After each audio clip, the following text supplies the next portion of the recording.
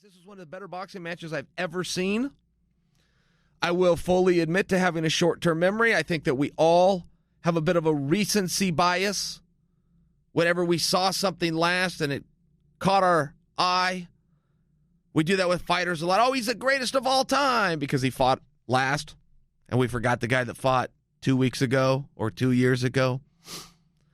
I will admit that my mind also works that way, but it was one of the better fights that I've seen. That is true.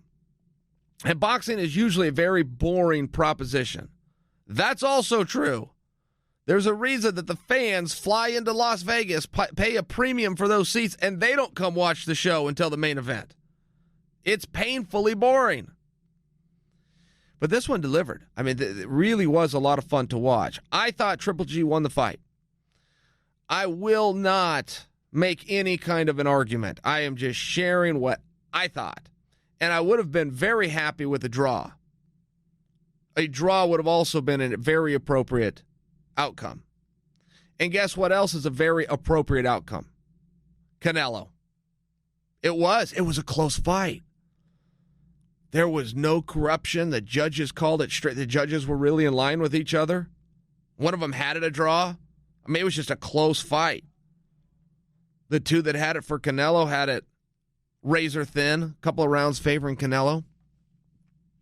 But as far as the action went and the back and forth battle, Canelo was very interesting. He came out there and he was coming forward and he was very disciplined to do it. And there was times he took some big shots where most guys would cover or conceal or roll, and he came forward. He was just disciplined to do it. Even when he was hurt, he was coming forward. He was taking ground. Boxing judges love that. They just do. They like that. When you have a really close fight and you got one guy backing up or running away, and backing up and running away sounds like bad terms.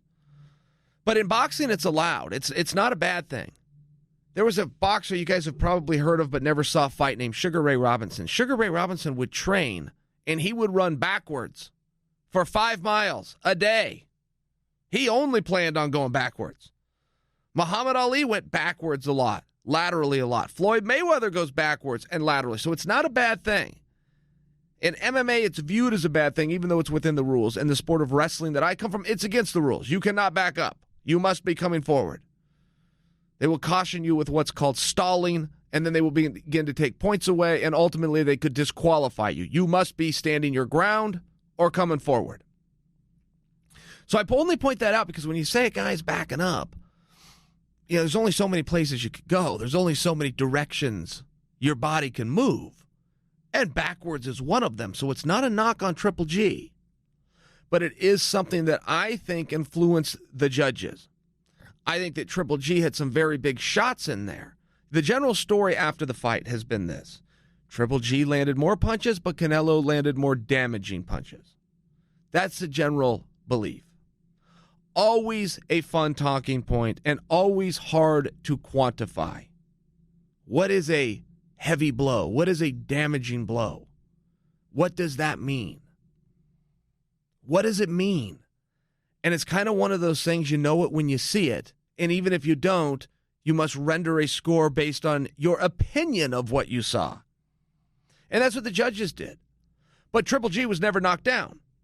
So how do you say that one guy had a more damaging blow? They both threw punches at each other. Neither one of them fell down. So how do you say who is doing the more damage? It looked worse to you? You'd have rather been hurt by Triple G's than Canelo's based on your perception of what you saw? How do you possibly quantify what a more damaging and harder punch is? And I hear that commentary a lot. And I don't think the people that give it are wrong. How do you like that? I'm just saying it is very interesting dialogue, particularly after the fact, when you get some fight expert that wants to come out, or a judge that was in the fight and he wants to come out and say what was a more damaging blow.